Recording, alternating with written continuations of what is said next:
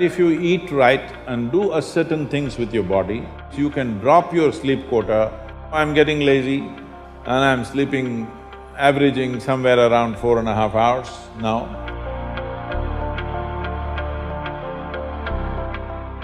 What type of food we should eat so that our life reaches its full potential for a college or a school-going student?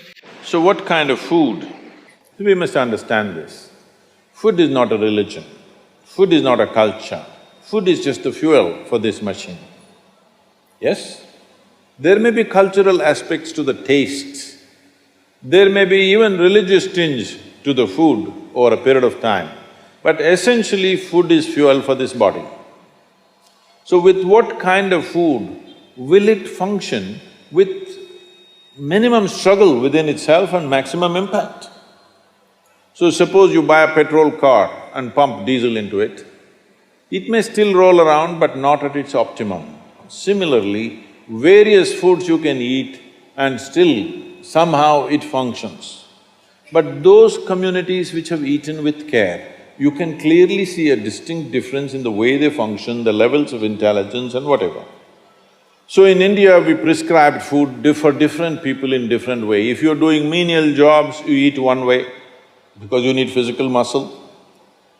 If you're doing other kinds of trading and other kinds of activities, you eat another way. If you're a fighting class, you eat differently. And now if you're into education, spiritual process and subtler aspects of life, then you eat differently. If you're in education, one of the greatest challenges is to stay focused on something.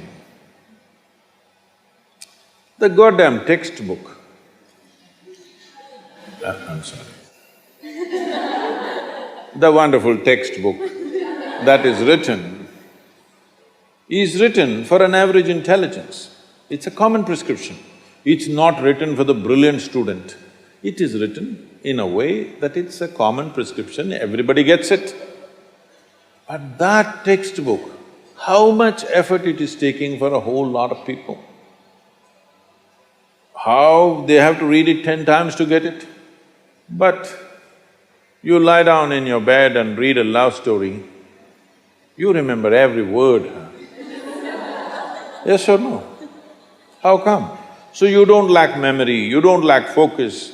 It is just that textbook and you, chemistry is not working. So, what you need is a higher level of focus, a higher level of involvement.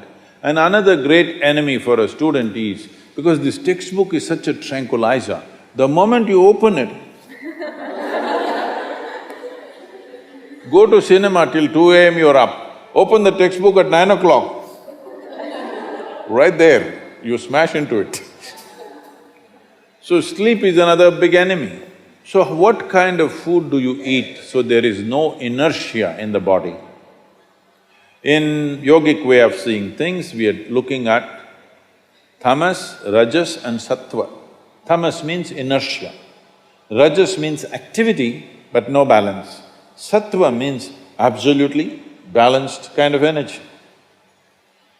When you're in education, you need a very balanced kind of energy because you have to focus on something which doesn't naturally interest you.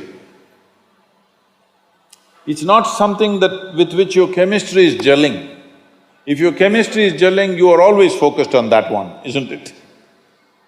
Here there's no chemistry, but you have to focus on that. For this you need a balance and a steady mind. For this you need to eat in a certain way. To put it very simply, food goes through your body through the alimentary canal. From your mouth to your anal outlet, there is a pipe. Through this it runs, going through various stages of digestive process. Many of you are biology people, right? So, it goes through the alimentary canal. Now it begins with the lip. Here, if you look at this, all the herbivores and carnivores. If you look at the animal kingdom, there are herbivores and carnivores are two main segments of animals in the world. One eats vegetable matter, another eats meat. If you look at the alimentary canal, the way it is built, between herbivores and carnivores, there's a distinct difference. Everything in the human being suggests that you are naturally a herbivore, but for the sake of survival, we became carnivores. If you look at the jaw movement, all the carnivorous animals have only cutting action.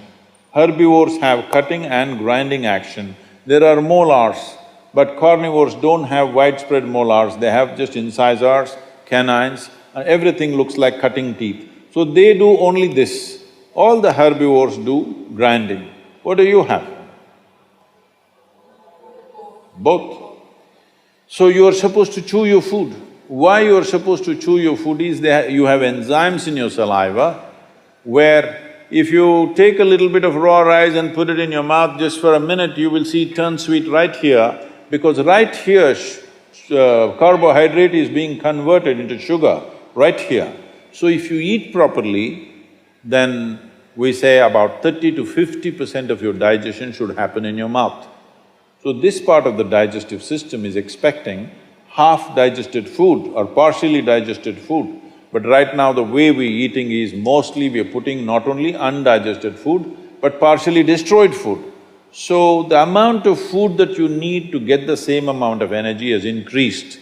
You are eating much more food than what you should eat to generate that much of energy. Because of that, there is inertia in the body, because it has to process so much more food than what it should, there is inertia. Once there is inertia, your sleep quota increases. How many hours do you sleep on? Hello? 8 hours. You're going by the prescription, huh? See, this is not that you must deny yourself sleep, that's not the point.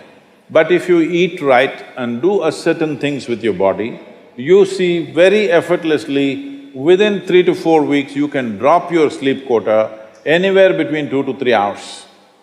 1.5 to 3 hours very easily you can drop if you just eat consciously and just learn to sit properly, just the posture, your geometry of the body and what goes into the system. If you just manage these two things, you will see sleep quota will just come down like that. Just to tell you, for over 25 years, I have largely managed with an average of 2.5 hours of sleep. Now I'm getting lazy and I'm sleeping, averaging somewhere around 4.5 hours now, but 7 days of the week, okay? 365 days, non-stop, on, almost every day. My daughter didn't call me for a month. I asked, what the hell is the problem with you? Why are you not calling? She said, every 6 hours you're in the new city, what the hell I'm supposed to do? So I said, okay, which is true.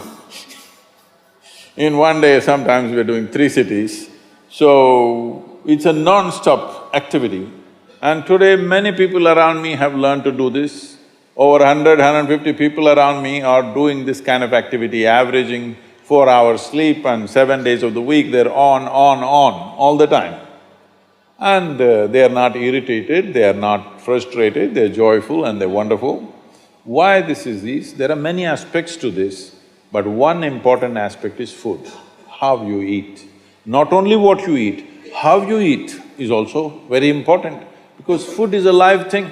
One simple thing all you girls can do is just see various health issues and inertia issue, focus issue, just bring 40 to 50% of the food in its raw form, that means it's alive. It must be a live cell, it can be a vegetable, it can be a fruit, it can be a nut, it can be sprouted gram. At least 40 to 50%, the food that you eat must be alive. You eat dead food and you want to live, this is a little difficult thing to do, because you have to raise the dead now. But if you eat live food, one thing you will see is the state of your mind, your focus and your sleep quotas, and above all, staying awake is not good enough, you have to stay alert, isn't it? How alert you are, how focused you are, only to that extent everything yields to you in this world, isn't it so? What is the level of focus will determine whether the world yields to you or not, isn't it? And one more aspect of life, one more aspect of food is, when you consume something, it must be of a simple genetic code, in the sense, it must be a very simple software. Vegetables, fruits, nuts, sprouts, they're very simple. More complicated means animal food becomes more and more complicated. Suppose you eat an animal which has some amount of emotion and a life of its own. Now the code in that… we were talking about this, your body is just an accumulation of memory, which means a certain software, isn't it? This is the most complex software. Human software is the most complex software on the planet of all the creatures.